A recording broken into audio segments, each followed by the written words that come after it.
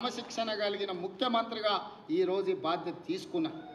ముఖ్యమంత్రిగా ఈ రోజు కులగణన చేసిన అంటే ఏ త్యాగానికైనా సిద్ధమయ్యే ఈ రోజు ఈ లెక్కలు పక్కాగా తేల్చిన ఈ లెక్కలలో తప్పు తేల్చాలంటే 5% లోపల మా వాళ్ళని ఎందుకు చూపిస్తా, 50% పైగా బీసీలను ఎందుకు చూపిస్తానా, మమ్మల్ని కూడా 15-20% లెక్కలు చూపిస్తుంటే దొంగ లెక్కలే రాయ మొదలు పెడితే ఇట్లెందుకు రాస్తాము?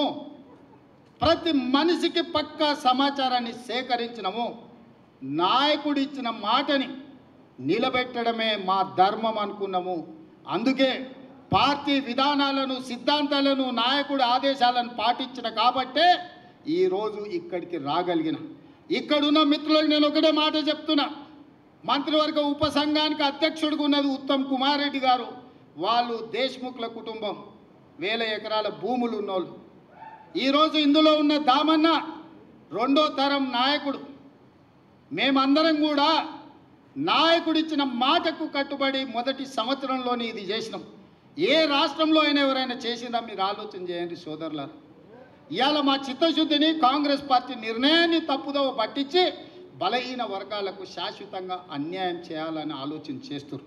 కొన్ని సంఘాలు వచ్చినాయి, కొంతమంది విజ్ఞప్తి చేసిండ్రు, అన్న దీంట్లో ఇంకా కొంచెం సరిదిద్దండి, దీంట్లో కొంత సమాచారాన్ని మనం నిజంగా చేయాలనుకున్నాం. కాబట్టి 2వ విడత కూడా జనజీవన స్రవంతిలో కలవని వాళ్ళకు కూడా జనజీవన స్రవంతిలో కలవడానికి 2వ విడత కూడా మళ్ళీ అవకాశం ఇచ్చినాము.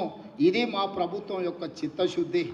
మీడియా మిత్రులు, బలహీన వర్గాల సంఘాలు, మా సోదరులు అర్థం చేసుకోవాలి. ఈరోజు దీన్ని తప్పుపడితే శాశ్వతంగా మీరు నష్టపోతారు. మిమ్మల్ని నష్టపరచాలి అని ఒక పక్కన మోడీ, ఇంకొక పక్కన కేడీ ఇద్దరు ప్రయత్నం చేస్తున్నారు.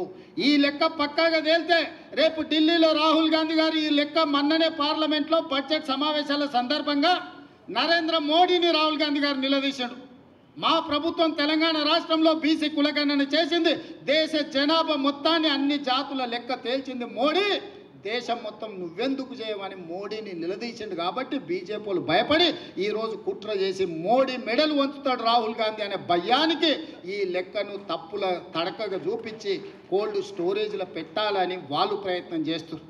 ఈ లెక్క తేలితే తమ సంగతి అసలు బండారం బయటపడుతుందని చంద్రశేఖరరావు గారు దీన్ని ఇంకొక పక్కన అదే చేస్తారు. వీళ్ళిద్దరు ఒకే రకంగా ఆలోచన చేస్తారు. ఈడున్న వేదిక మీద ఉన్న మిత్రులకు, కింద ఉన్న వాళ్ళకు ఒక విషయం చెప్పాలి. మోడీ గారు నేను బీసీని అంటాడు. మోడీ గారు వాస్తవంగా బీసీ కాదయా, లీగల్లీ కన్వర్టెడ్ బీసీ. నేను చాలా జాగ్రత్తగా ఈ పదం ఆడుతున్నా, లీగల్లీ కన్వర్టెడ్ బీసీ. 2001 వరకు ఆయన ముఖ్యమంత్రి కానంత వరకు ఆయన కులము గుజరాత్ రాష్ట్రంలో ఉన్నత వర్గాలలో ఉండే. ఆయన ముఖ్యమంత్రి అయినాక ఆ కులాన్ని తీసుకొచ్చి బీసీలో కలుపుకున్నాడయా చట్టం చేసి. ఆయన పుట్టుకతో బీసీ కాదు, నరేంద్ర మోడీ గారు పుట్టుకతో బీసీ కాదు, పుట్టుకతో ఉన్నత కులము. కానీ 2001లో ఆయన ముఖ్యమంత్రి అయిన తర్వాత ఆయన కులాన్ని తీసుకొచ్చి బీసీ కులాలలో కలిపి మీ దాంట్లో ఇత్తేసి పొత్తుగూడిండు. ఇక మీ ఇష్టం, ఆ పైన మీ ఇష్టం. ఆయన కుర్చీలో నేను బీసీని ఉన్నా కదా మీకు అందరికి ఎందుకు అంటుండు. ఆయన సర్టిఫికెట్ ఈరోజు బీసీ ఉండొచ్చు, కానీ మనస్తత్వం మాత్రము బీసీల వ్యతిరేక మనస్తత్వం. బీసీ ప్రధానమంత్రి అయితే 2021లో జనాభా లెక్కలు ఎందుకు చేయలేదు, జనాభా లెక్కలలో బీసీ కులాల లెక్కెందుకు తేల్చలేదు. ఇవాళ 2025లో బీసీ లెక్కలుగా మొత్తం జనాభా లెక్కలు కడతాం అంటున్నాడు. నేను ఈ వేదిక మీద నుంచి డిమాండ్ చేస్తున్నా నరేంద్ర మోడీ గారిని, రేపు చేయబోయే జనాభా లెక్కలల్లో బీసీ కులాల జనాభాను కూడా జనాభా లెక్కలనే చేర్చి నీకు చిత్తశుద్ధి ఉంటే లెక్క కట్టు, లెక్క తేల్చు. ఇవాళ మేము చేసింది తప్పు అంటున్నారు కదా. తెలంగాణ రాష్ట్రంలో కూడా కేంద్ర ప్రభుత్వం కులగణన చేసేటప్పుడు, మొత్తం జనగణన చేసేటప్పుడు జనగణనలో కులగణన చెయ్యి, ఇల్లు తిరుగు లెక్కలు రాయి, ఆ లెక్క తీసుకొచ్చి ముందల పెట్టి కాంగ్రెస్ పార్టీ రాహుల్ గాంధీ గారు చేసిన లెక్క ఇది, నరేంద్ర మోడీ చేసిన లెక్క ఇది అని రెండింటిని పక్కన పెట్టి చూపించు. బలహీన వర్గాలది ఇప్పటి వరకు లెక్కనే చేయలేదు మిత్రమా. లెక్కలు ఎవరు కూడలేదు, లెక్క ఎవరు కట్టలేదు. లెక్క కట్టండి లెక్కలు తీసుకొచ్చి చూపించి ఈ లెక్క ఇట్లుంది, ఈ లెక్క తప్పు ఉంది అన్నట్టు ఇక మరి చదువుకున్న మా బలహీన వర్గాల మేధావులు ఆలోచన చేయాలి. ఆ జాతికి నాయకత్వం వహించే వాళ్ళు చేయాలి. మమ్మల్ని ఈరోజు తప్పు పడితే ఈ తప్పు మాకు కాదు మీకే నష్టం. ఈ లెక్కలు పక్కాగా తేల్చినాం. ఇవాళ 56.33% బలహీన వర్గాల లెక్క తేలింది ఏబిసిడి ఈ కేటగిరీ కింద. రేపు ఏడికైనా ఏ కోర్టు దగ్గరికైనా వెళ్ళి మీ రిజర్వేషన్లు పెంచుకోవాలంటే ఇది లెక్క ఉంది తెలంగాణ రాష్ట్రంలో, స్థానిక సంస్థలలో లెక్క తెల్చండి అని సుప్రీంకోర్టు ముందర పోయి నిలబడవచ్చు. ఇవాళ ఎంత మనం 42% ఇస్తామన్నాం. ఇవాళ జనాభా లెక్క 56.33% తేలింది. పక్కా లెక్క తీసుకెళ్ళి సుప్రీంకోర్టు ముందర పెడితే కోర్టు కూడా ఈరోజు అభ్యంతరం పెట్టడానికి లేదు. ఇవాళ చట్టాన్ని సవరించాల్సిన ఒత్తిడి కేంద్ర ప్రభుత్వం మీద ఉంటుంది. అదేవిధంగా వర్గీకరణ గురించి మా పెద్దలు దామానే చెప్తాడు. చాలా ఏళ్ళ నుంచి పిల్లలు ప్రాణాలు పోయినాయి. చాలా ఏళ్ళ నుంచి వాళ్ళు జీవితంలో ఇది తప్ప ఇంకో ఆశయం లేకుండా వేలాది లక్షలాది మంది పిల్లలు కొట్లాడి దానికి శాశ్వత పరిష్కారం చూపించాలని దానికి కూడా ఉత్తమ్ కుమార్ రెడ్డి గారి నేతృత్వంలోనే మాదిగ ఉపకులాల ఎస్సీ కేటగరైజేషన్ విషయంలో కూడా నిర్ణయం తీసుకోవాలనుకున్నాడు. పెద్దలు మోత్పల్లి నరసింహులు గారు ఉన్నారు.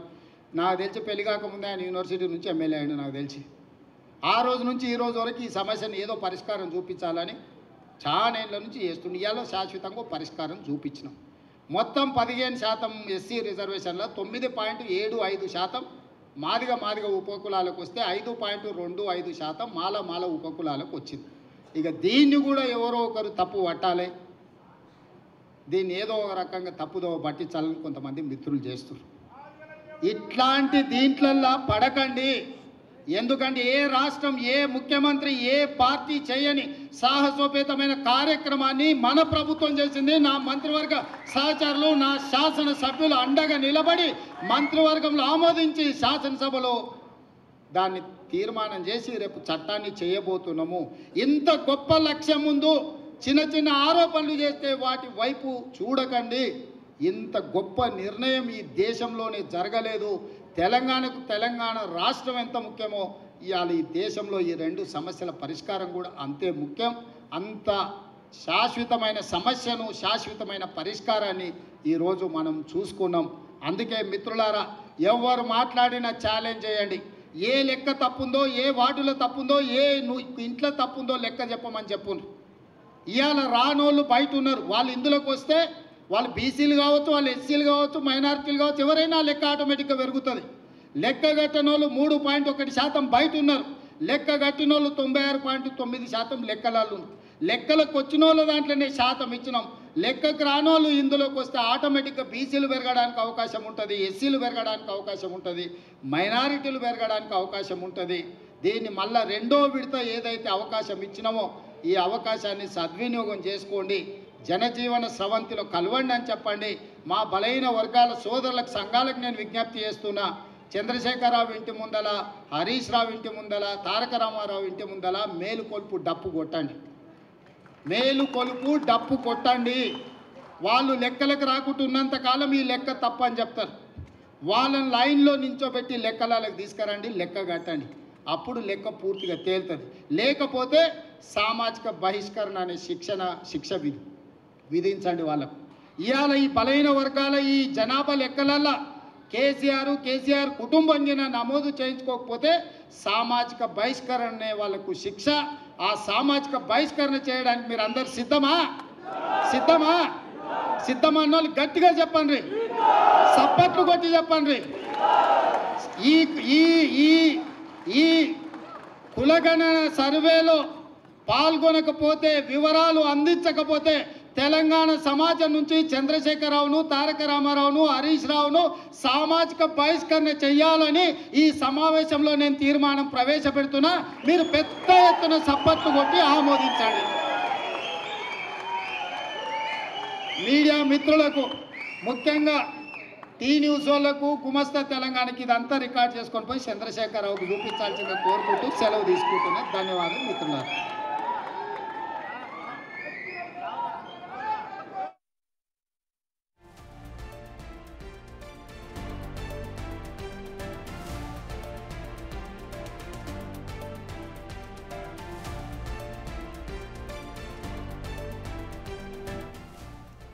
తెలంగాణ ప్రభుత్వం ప్రతిష్టాత్మకంగా చేపట్టిన కులగణన, ఎస్సీ వర్గీకరణపై పవర్ పాయింట్ ప్రెజెంటేషన్ కార్యక్రమం పూర్తయింది. డిప్యూటీ సీఎం భట్టి విక్రమార్క మాట్లాడారు. అండ్ ఆ తర్వాత సీఎం మాట్లాడుతూ కూడా ఆయన కులగణనపై కంప్లీట్గా కూడా మాట్లాడడం జరిగింది. రెండో విడత సర్వే గురించి కేసీఆర్ ఇంటి ముందు మేలుకొల్పు డప్పు కొట్టాలంటూ కూడా పిలుపునిచ్చారు రేవంత్ రెడ్డి. అట్లానే మోదీకి సంబంధించి కూడా ప్రైమ్ మినిస్టర్ మోదీకి సంబంధించిన కులానికి సంబంధించి కూడా ఆయన ఆసక్తికరమైన కమెంట్స్ చేశారు. ఆయన పుట్టినప్పుడు అగ్రవర్గానికి చెందిన వాళ్ళే ప్రైమ్ మినిస్టర్ హోదాకు వచ్చిన తర్వాత లీగలీ బీసీని చేసుకున్న ఘనత ప్రైమ్ మినిస్టర్కు సొంతం కావాలని ఆయన కులాన్ని బీసీ కులంలోకి కలిపారు అంటూ కూడా CM Revanth Reddy hot comments చేశారు. చాలా ఆచితూచి మాట్లాడుతున్నాను, కానీ ఇది నిజం, లీగలీ కావాలనే ఓసీ అయిన ప్రైమ్ మినిస్టర్ మోదీ కులాన్ని తీసుకెళ్లి బీసీ వర్గంలో కలిపారు. ఆయన బీసీ ప్రైమ్ మినిస్టర్ కాదంటూ కూడా కమెంట్స్ చేశారు సీఎం రేవంత్ రెడ్డి. ఇక దేశంలో కులగణన చేసిన తొలి రాష్ట్రంగా తెలంగాణ నిలిచింది. ఇచ్చిన మాటకు కాంగ్రెస్ కట్టుబడి ఉందంటూ కూడా రేవంత్ రెడ్డి మాట్లాడుతూ చెప్పుకొచ్చారు. అయితే కులగణన అనేది దేశంలో ఫస్ట్ టైం తెలంగాణలో జరిగింది. దీనికి సంబంధించి అన్ని రాష్ట్రాలు కూడా ఆసక్తిగా తెలంగాణ వైపు అప్పట్లో చూశాయి. మొత్తంగా తెలంగాణలో కులగణన పూర్తయింది. కులగణనకు సంబంధించిన అప్డేట్స్ ఇటు ఎస్సీ వర్గీకరణపై ఇటు పవర్ పాయింట్ ప్రెజెంటేషన్ కార్యక్రమంలో సీఎం మాట్లాడారు. సీఎం మాట్లాడుతూ కూడా కులగణన ప్రాసెస్ విజయవంతంగా తెలంగాణలో పూర్తి చేస్తాం, ఇచ్చిన అన్ని హామీలను కూడా ఒక్కొక్కటిగా పూర్తి చేసుకుంటూ వస్తామంటూ కూడా ఆయన మాట్లాడడం జరిగింది. అయితే రోజుకు కేవలం 10 ఇళ్లను మాత్రమే సర్వే చేయించాం. యాక్యురేట్ సర్వే కోసం కేవలం 10 ఇళ్లను మాత్రమే సర్వే చేయించాం. హడావిడిగా ఎటువంటి సర్వే కూడా జరగలేదు. ఒకవేళ కనుక హడావిడిగా సర్వే చేస్తే తప్పులు జరుగుతాయని తమకు ముందే తెలుసు. అందుకే రోజుకు కేవలం 10 ఇళ్లు సర్వే చేసి యాక్యురసీని మెయింటైన్ చేశాం. ఎస్సీ ఎస్టీ వర్గీకరణకు ఈ కులగణన ప్రాసెస్ ఇంకా విజయవంతమైంది అంటూ కూడా సీఎం రేవంత్ రెడ్డి మాట్లాడుతూ చెప్పుకొచ్చారు. అండ్ దేశంలో మొదటిసారి కులగణన జరిగింది తెలంగాణలోనే, చాలా ప్రతిష్టాత్మకంగా ఉందంటూ కూడా మాట్లాడారు. అయితే కేసీఆర్ కాకి లెక్కలతో సమగ్ర సర్వే చేయించారు. మేం మాత్రం ఎగ్జాక్ట్ సర్వేస్ దింపాం. ఒక రోజుకి 10 ఇళ్లు మాత్రమే సర్వే చేయించాం. అలా యాక్యురసీని మెయింటైన్ చేయించిన ప్రభుత్వం కాంగ్రెస్ సొంతం అంటూ కూడా ఆయన మాట్లాడారు. కాంగ్రెస్ ఇచ్చిన హామీలన్నింటినీ కూడా ఒక్కొక్కటిగా పూర్తి చేస్తున్నాం. ఇచ్చిన మొదటి హామీ కులగణను పూర్తి చేశాం. యాక్యురసీని పాటించాం. ప్రతిరోజు కేవలం 10 ఇళ్లను మాత్రమే సర్వే చేయించి యాక్యురేట్గా కులగణన ప్రాసెస్ అనేది జరిగింది. దీనివల్ల ఎస్సీ ఎస్టీ వర్గీకరణ సులభం అవుతుంది అంటూ కూడా ఆయన మాట్లాడారు. అయితే తెలంగాణ ప్రభుత్వం ప్రతిష్టాత్మకంగా చేపట్టిన కులగణన ఎస్సీ వర్గీకరణ పవర్ పాయింట్ ప్రెజెంటేషన్ కార్యక్రమం పూర్తయింది. సీఎం రేవంత్ రెడ్డి మాట్లాడుతూ కూడా ఆసక్తికర కమెంట్స్ చేశారు అని చెప్పుకోవాలి. 77 ఏళ్ల తరువాత ఇటు కులగణన అనేది జరిగింది. 75 ఏళ్ల తరువాత కాంగ్రెస్ ప్రభుత్వం చేసిన లెక్కల ప్రకారం ఇప్పుడు ఎస్సీ ఎస్టీ వర్గీకరణ కూడా జరగబోతోంది. కేసీఆర్ మాట విని కొంతమంది తప్పని ప్రచారం చేస్తున్నా కూడా ఇది కరెక్టే, జనం చెప్పిన లెక్కలనే మనం సర్వేలో పొందుపరిచామంటూ కూడా సీఎం రేవంత్ రెడ్డి మాట్లాడారు. అయితే సర్వేలో యాక్యురసీని మెయింటైన్ చేయడానికి ఒక రోజుకి కేవలం 10 ఇళ్లను మాత్రమే సర్వే చేయించినట్టుగా కూడా ఆయన మాట్లాడారు. బీఆర్ఎస్కు సంబంధించిన వాళ్ళు అన్నీ కూడా మాటలు బూటకపు మాటలే మాట్లాడుతున్నారు. కావాలనే సర్వేను పక్కదారి పట్టించే ప్రయత్నం చేస్తున్నారు. సర్వేలో నిజాలే ఉన్నాయి. రోజుకు కేవలం 10 ఇళ్లు మాత్రమే సర్వే చేశాం. దానివల్ల యాక్యురసీని మెయింటైన్ చేశాం. దీనివల్ల ఎస్సీ ఎస్టీ వర్గీకరణ ఇంకా సులభం అవుతుంది. తెలంగాణలో ఫస్ట్ టైం దేశం మొత్తంలో తెలంగాణ మాత్రమే ఇటు ప్రతిష్టాత్మకంగా చేపట్టిన కులగణన ప్రాసెస్ కంప్లీట్ చేసుకుంది. చాలా యాక్యురేట్గా కులగణన ప్రాసెస్ అనేది జరిగింది. ప్రతి మనిషి నుండి పక్కా సమాచారం ఇటు సర్వేలో ఉంచామంటూ కూడా సీఎం రేవంత్ రెడ్డి మాట్లాడారు. ముందు నుండే తెలంగాణ ప్రతిష్టాత్మకంగా తీసుకున్న కులగణన ప్రాసెస్ ఇప్పుడు పూర్తయింది. దీనికి సంబంధించిన పవర్ పాయింట్ ప్రెజెంటేషన్ కూడా గవర్నమెంట్ అందించింది. దీంట్లో సీఎం రేవంత్ రెడ్డి మాట్లాడుతూ కూడా ఆసక్తికి కమెంట్స్ చేశారు. బీఆర్ఎస్ కావాలనే కులగణన తమ సర్వే తప్పని చెప్తుంది, కానీ తాము చేసిన సర్వే తప్పు కాదంటూ కూడా ఆయన మాట్లాడారు. అయితే సర్వే మొత్తం కూడా కీ పాయింట్స్ని జాగ్రత్తగా దృష్టిలో పెట్టుకొని కేవలం రోజుకి 10 ఇళ్లు మాత్రమే సర్వే చేస్తూ కూడా యాక్యురసీని మెయింటైన్ చేశాం. ఎస్సీ ఎస్టీ వర్గీకరణకు ఇది సులభాంతరం అవుతుంది అంటూ కూడా ఆయన మాట్లాడారు. అయితే ప్రైమ్ మినిస్టర్ గురించి కూడా ఆయన ఆసక్తికర కమెంట్స్ చేశారు. మోదీ పుట్టుకతో బీసీ కాదు, ఆయన లీగలీ కన్వర్టెడ్ బీసీ అంటూ కూడా ఆయన వ్యాఖ్యానించారు. అయితే ఈ మాట ఆయన కోట్ చేస్తున్నప్పుడు కూడా నేను చాలా ఆచితూచి ఆలోచించే చెప్తున్నాను. ఆయన లీగలీ కన్వర్టెడ్ బీసీ, కానీ ఆయన బీసీ కాదు అంటూ కూడా ఆయన మాట్లాడారు. మోడీ గారు నేను బీసీని అంటాడు. మోడీ గారు వాస్తవంగా బీసీ కాదయా, లీగల్లీ కన్వర్టెడ్ బీసీ. నేను చాలా జాగ్రత్తగా ఈ పదం వాడుతున్నా, లీగల్లీ కన్వర్టెడ్ బీసీ. 2001 వరకు ఆయన ముఖ్యమంత్రి కానంత వరకు ఆయన కులము గుజరాత్ రాష్ట్రంలో ఉన్నత వర్గాలలో ఉండే. ఆయన ముఖ్యమంత్రి అయినాక ఆ కులాన్ని తీసుకొచ్చి బీసీలో కలుపుకున్నాడయా చట్టం చేసి. ఆయన పుట్టుకతో బీసీ కాదు, నరేంద్ర మోడీ గారు పుట్టుకతో బీసీ కాదు, పుట్టుకతో ఉన్నత కులము. కానీ 2001లో ఆయన ముఖ్యమంత్రి అయిన తర్వాత ఆయన కులాన్ని తీసుకొచ్చి బీసీ కులాలలో కలిపి మీ దాంట్లో ఇత్తేసి పొత్తుగూడిండు. ఇక మీ ఇష్టం, ఆ పైన మీ ఇష్టం. ఆయన కుర్చీలో నేను బీసీని ఉన్నా కదా మీకందరికి ఎందుకు అంటుండు. ఆయన సర్టిఫికెట్ ఈరోజు బీసీ ఉండొచ్చు, కానీ మనస్తత్వం మాత్రము బీసీల వ్యతిరేక మనస్తత్వం. బీసీ ప్రధానమంత్రి అయితే 2021లో జనాభా లెక్కలు ఎందుకు చేయలేదు, జనాభా లెక్కలలో బీసీ కులాల లెక్కెందుకు తేల్చలేదు. ఇవాళ 2025లో బీసీ లెక్కలుగా మొత్తం జనాభా లెక్కలు కడతాం అంటుండు. నేను ఈ వేదిక మీద నుంచి డిమాండ్ చేస్తున్నా నరేంద్ర మోడీ గారిని, రేపు చేయబోయే జనాభా లెక్కలల్లో బీసీ కులాల జనాభాను కూడా జనాభా లెక్కలలోనే చేర్చి నీకు చిత్తశుద్ధి ఉంటే లెక్క కట్టు, లెక్క తేల్చు. ఇవాళ మేము చేసింది తప్పు అంటున్నారు కదా. తెలంగాణ రాష్ట్రంలో కూడా కేంద్ర ప్రభుత్వం కులగణన చేసేటప్పుడు, మొత్తం జనగణన చేసేటప్పుడు జనగణనలో కులగణన చెయ్యి, ఇల్లు తిరుగు లెక్కలు రాయి. ఆ లెక్క తీసుకొచ్చి ముందల పెట్టి కాంగ్రెస్ పార్టీ రాహుల్ గాంధీ గారు చేసిన లెక్క ఇది, నరేంద్ర మోడీ చేసిన లెక్క ఇది అని రెండింటిని పక్కన పెట్టి చూపించు. తప్పుల తడక అనే ఒక అభిప్రాయాన్ని కలిగించడానికి శతవిధాల ప్రయత్నం చేస్తున్నారు. కానీ నిజం నిప్పు లాంటిది. ఆ నిజాన్ని వాళ్ళు ఒళ్ళో పెట్టుకున్నా, వాళ్ళు జేబులో పెట్టుకున్నా వాళ్ళకే కాలుతుంది తప్ప అది ప్రజలకు నష్టం చేకూర్చదు.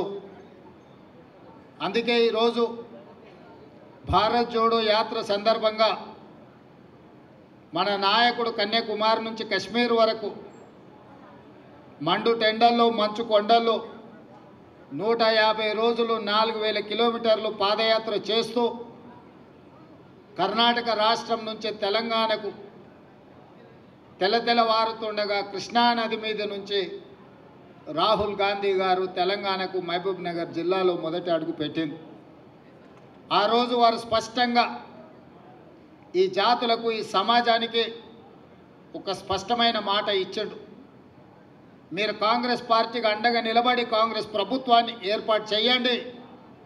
తప్పకుండా 1931 తెల్లదొరలు పాలించినప్పుడు చేసిన కులగణన 75 సంవత్సరాల స్వతంత్రాన్ని పూర్తి చేసుకున్నా కూడా కులగణన జరగలేదు. తప్పకుండా కాంగ్రెస్ పార్టీ ఆ కులగణన చేస్తుంది. తెలంగాణ రాష్ట్రంలో మీరు అధికారాన్ని ఇవ్వండి అని చెప్పి రాహుల్ గాంధీ గారు ఈ జాతులకు విజ్ఞప్తి చేసింది. రాహుల్ గాంధీ కుటుంబం మీద ఉన్న నమ్మకం, విశ్వాసం, గాంధీ కుటుంబాల యొక్క త్యాగ చరిత్ర ఈనాటి కాదు. స్వతంత్రం రాకంటే ముందు ప్రజలు స్వతంత్రం కోరుకుంటే ఆనాడు మహాత్మా గాంధీ గారి నేతృత్వంలో శాంతియుతంగా రవి అస్తమించని తెల్ల దొరలని తరిమి ఈ దేశానికి స్వతంత్రం ఇప్పించి ప్రజలకు అండగా నిలబడ్డది ఆనాడు మహాత్మా గాంధీ గారు, గాంధీ కుటుంబం. దేశం కోసం ప్రాణాలు ఇచ్చి దేశ సమైక్యతను కాపాడిన మహాత్మా గాంధీ గారి యొక్క వారసత్వాన్ని ఈరోజు రాహుల్ గాంధీ గారు తీసుకోవడమే కాదు, శ్రీమతి సోనియా గాంధీ గారు 2004 సంవత్సరంలో ఆనాడు ఎన్నికల సందర్భంగా కరీంనగర్ గడ్డ మీద కాలు మోపినప్పుడు 4 కోట్ల తెలంగాణ ప్రజల ఆకాంక్ష, 60 సంవత్సరాల నుంచి మీరు చేస్తున్న పోరాటం నా దృష్టిలో ఉన్నది, తప్పకుండా మీ కళ నెరవేరుతుంది, మీ ఆకాంక్షలు నెరవేర్చే బాధ్యత నేను తీసుకుంటాను శ్రీమతి సోనియా గాంధీ గారు చెప్పింది. ఆ మాటలో భాగంగానే పక్క రాష్ట్రంలో పార్టీ చచ్చిపోయినా, కేంద్రంలో అధికారం కోల్పోయినా, తెలంగాణలో పార్టీ ఒడిదుడుకులను ఎదుర్కొన్న ఇచ్చిన మాట ప్రకారం 2014లో తెలంగాణ రాష్ట్రాన్ని ఇచ్చి శ్రీమతి సోనియా గాంధీ గారి మాట శిలా శాసనం శిలా పలక మీద సువర్ణ అక్షరాలతో లిఖించదగిన మాట అని చెప్పి సోనియా గాంధీ గారు 2014లో నిరూపించారు. మరి ఆనాడు దేశం కోసం త్యాగం చేసి దేశానికి స్వతంత్రం తెచ్చిన మహాత్మా గాంధీ గారి స్ఫూర్తితో ఈనాడు రాజకీయ ప్రయోజనాలకు అతీతంగా 4 కోట్ల ప్రజల యొక్క ఆకాంక్షల్ని నెరవేర్చాలని తెలంగాణ రాష్ట్రం ఇచ్చిన శ్రీమతి సోనియా గాంధీ గారి స్ఫూర్తితో రాహుల్ గాంధీ గారు ఒక మాట ఇచ్చిండ్రు ఈ దేశానికి. ఎక్కడెక్కడైతే కాంగ్రెస్ పార్టీ రాష్ట్రాలలో అధికారంలోకి వస్తుందో ఆయా రాష్ట్రాలలో కులగణన చేసి ముఖ్యంగా బలహీన వర్గాల లెక్క తేల్చి వాళ్లకు ఇవ్వాల్సిన వాటా కోటా ఇచ్చే